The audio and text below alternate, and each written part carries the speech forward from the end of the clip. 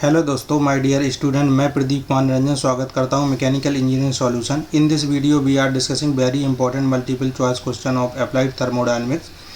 This video is the helpful for upcoming AKTU exam as well as all the competitive exam like the public sector, GATE, state government exam, etc. Let's move on the slide. In first question, a steam nozzle converts option is heat energy to the kinetic energy. तो इसका पहले concept देख लेते हैं. Nozzle क्या होता है. Basically ये आपका जो भी आपने इनके देखा होगा कि एक स्टीम नोजल है या कोई भी आपका किसी इनके नोजल है, तो एक तरफ इसका एरिया जो होता है वो इंक्रीजिंग होता है और दूसरी साइड आपका एरिया जो होता है वो डिक्रीजिंग होता है. तो इसका बेसिकली काम क्या होता है, जो भी आपकी एनर्जी होती है उसको काइनेटिक एनर्जी में कन्वर्ट कर देता है. तो ऑप्शन से चलते हैं. पहला देखिए, heat energy to the into kinetic energy. तो option first is the right option. Next, the expansion of the steam in the nozzle is follow. अब जब भी आपकी स्टीम की बात आती है तो स्टीम में आप लोग हमेशा ध्यान रखिए, चाहे स्टीम टरबाइन की बात आए कि स्टीम टरबाइन किस पे काम करता है, स्टीम नोजल किस पे काम करता है, तो एक ही साइंटिस्ट का नाम आता है, एक ही उसमें आता है, Rankine cycle. Next, the flow through a nozzle is regarded as.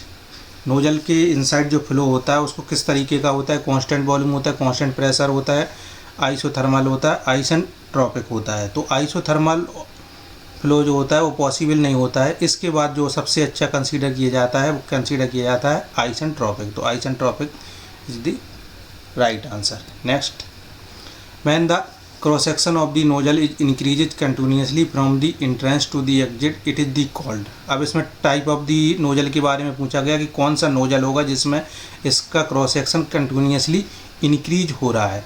Convergent. तो इसका इनके डायग्राम बना लेते हैं. तो इसका इस तरीके से इनके डायग्राम बनेगा कि यहाँ पे इसका क्रॉस सेक्शन कंटिन्यूसली इंक्रीज हो रहा है. अगर यहाँ पे एरिया A1 है तो यहाँ पे A2 हो रहा है. तो इस तरीके के नोजल जो होगा वो आपका कौन सा होगा, divergent. Option A is the right answer. Next, the pressure of the steam dash while the flowing through the nozzle. जब भी नोजल से कोई भी फ्लूइड फ्लो करता है तो उसका बेसिकली आपका काम क्या होता है कि प्रेशर को यानी कि रिड्यूस कर देता है और वेलोसिटी को इंक्रीज कर देता है. अगर इस तरीके से ये आपका नोजल बना होगा और यहाँ से आपका फ्लो हो रहा है तो यहाँ पे क्या होगा, हाई प्रेशर होगा और लो वेलोसिटी होगी, और आउटपुट पे क्या होगा, आपका लो प्रेशर होगा, यहाँ पे लो प्रेशर होगा और हाई वेलोसिटी होगी, हाई वेलोसिटी. अब इस क्वेश्चन में क्या पूछा गया है, the pressure of the steam while flowing through the nozzle.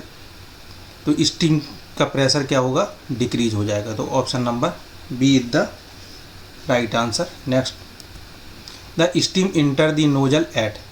अब इसमें इंट्री पे पूछा गया है.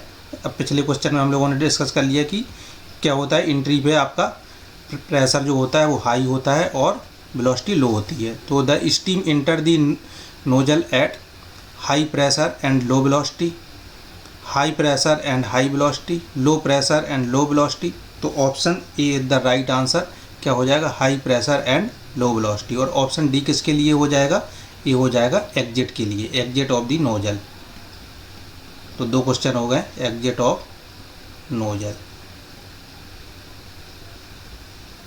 Next, the pressure at with the steam leaves the nozzle is known as a. ठीक है. अब जो आउटपुट पे जो आपका इनके प्रेशर मिल रहा है, जैसे लो प्रेशर हम लोगों ने इनके लिए बोला है, ठीक, उस प्रेशर को क्या बोलेंगे. अगर ये नोजल है और यहाँ पे एग्जिट है, ठीक, और यहाँ से इन हो रहा है, तो इसको क्या बोलेंगे, बैक प्रेशर, बैक प्रेशर. ठीक, ये इसकी वैल्यू लो होती है, back pressure. Next, the ratio of the useful heat drop to the isentropic heat drop is called. इन दोनों का रेशियो, जब भी रेशियो वाली बात आए किसी की, तो या तो वो कोफिशिएंट ऑफ परफॉर्मेंस होगी या फिर इफ़िशियंसी होगी. परफॉर्मेंस किस में, रेफ्रिजरेशन के केस में यूज की जाती है. यहाँ पर इफ़िशियंसी चार ऑप्शन में देख सकते हैं आप, इफ़िशियंसी यूज की गई है. अब ratio of the useful heat drop to the isentropic heat drop, ठीक, तो इसमें किसकी इफ़िशियंसी हो जाएगी, नोजल की इफ़िशियंसी हो जाएगी. Next, the pressure of the feed water has to be raise before its entry into the boiler. The pressure is raise by the device is known as. ये बॉयलर का एक question आ गया है। इसमें पूछा गया है कि बॉयलर के अंदर वाटर को फीड करना है तो कौन सी डिवाइस से वाटर को उसमें फीड किया जा सकता है, तो ये कौन सा होगा, feed pump. Option B is the right answer. Next है the friction in the nozzle dash exit of the steam. Steam के एग्जिट पे जो आपका फ्रिक्शन होगा उसके वजह से क्या होगा, has no effect on decrease increase none of the.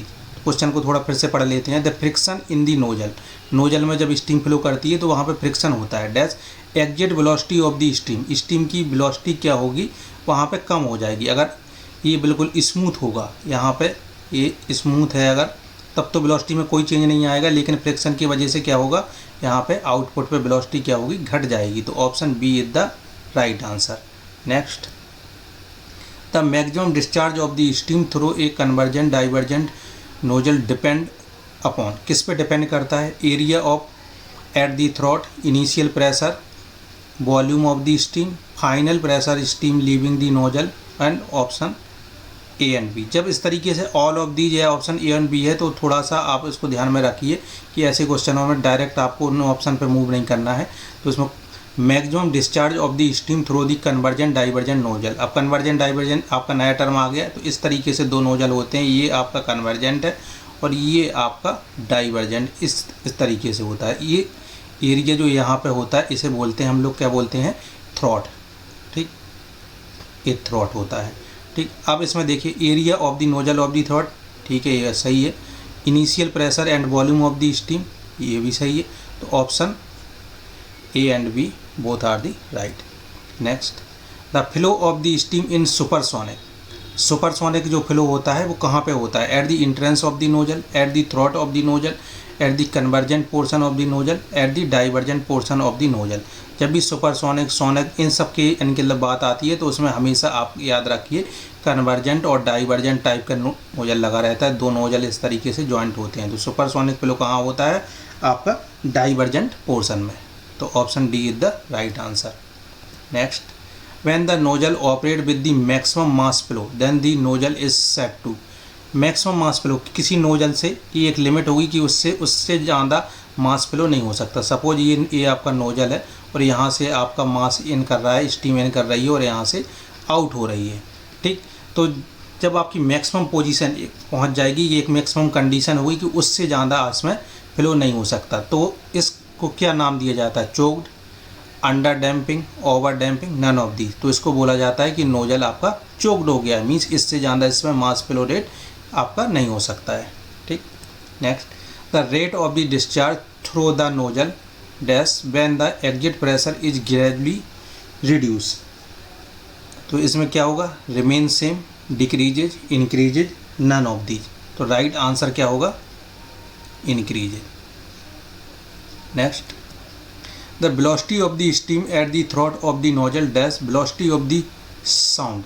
Throat पर जो स्टीम की वेलोसिटी होगी वो साउंड के से किस तरीके से रिलेटेड होगी, वो क्या होगी, साउंड के बराबर होगी, क्योंकि वहाँ पे आपका थ्रॉट पे क्या हो जाता है, आपका सोनिक फ्लो हो जाता है। ठीक, यहाँ पे आपका सोनिक फ्लो हो जाता है, equal two is the right answer. तो आपको हमारा ये वीडियो कैसा लगा, अगर आपको इससे कुछ भी हेल्प मिलती है तो आप इसको लाइक करिए, शेयर करिए और चैनल को सब्सक्राइब करिए, जिससे कि कोई भी नया वीडियो आए तो आपको मिल जाए। और आपके रिवीजन के लिए डिस्क्रिप्शन बॉक्स में PDF अवेलेबल है, वहाँ से आप इसको डाउनलोड कर सकते हैं।